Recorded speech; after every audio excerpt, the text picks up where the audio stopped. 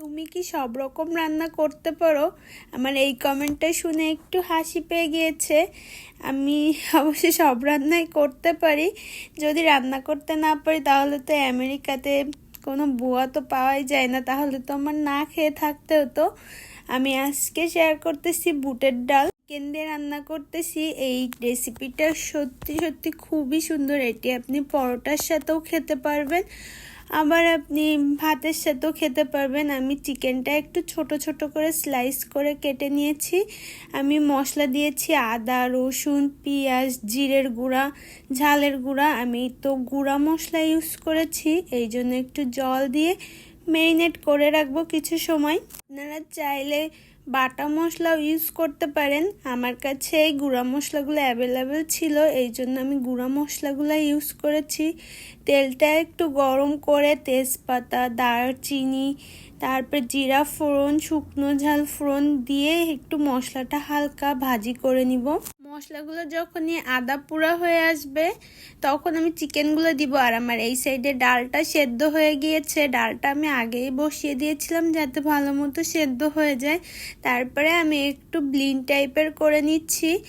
আমি আর এই সাইডে চিকেনগুলো একটু সুন্দর করে কষিয়ে নিব যত সময় পর্যন্ত তেল না ছেড়ে আসে।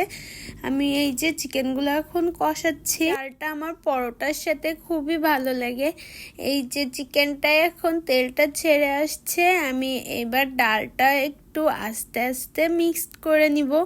একটু কেয়ারফুলি মিক্স করবেন যাতে গায়ে ছুটে না আসে।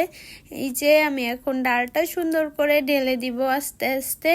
আমি ডালে একটু হলুদ লবণ দিয়ে নিয়েছিলাম, এটা আমি অবশ্য দেখাইতে ভুলে গিয়েছি। দেখুন তো কালারটা কত সুন্দর এসেছে। আমি একটু নাড়াচাড়া করে দিব, তারপরে একটু পরে আমি ডালে হলুদ লবণ দিয়ে দিব। আমাদের বাসায় ডালটা এরকমভাবে রান্না করলে আমার হাজবেন্ড অনেক পছন্দ করে। সে বেশিরভাগ সময় লুচি দিয়ে এই ডালটা খায়। পরোটা দিয়ে একটু কমই খাওয়া হয় আমাদের, বাট লুচি দিয়ে এই ডালটা একটু বেশি খাওয়া হয়। আজকে অবশ্য ভাত দিয়েই খাওয়া হবে। তারপরে আমি একটু লবণ দিয়ে দিলাম, অবশ্য এটা চিনি দিচ্ছি এবার। তারপরে লাস্টে একটু গরম মশলা দিয়ে ডালটা সুন্দর করে নাড়াচাড়া করে নামিয়ে নিলেই ডালটা রেডি। এবার দেখে বলুন তো ডালটা কেমন হয়েছে, খেতেও কেমন হবে একটু আপনারাই চিন্তা করে দেখেন। এবার আমি ডালটা এবার নামিয়ে নিব। ডালটা আমার অলমোস্ট রেডি।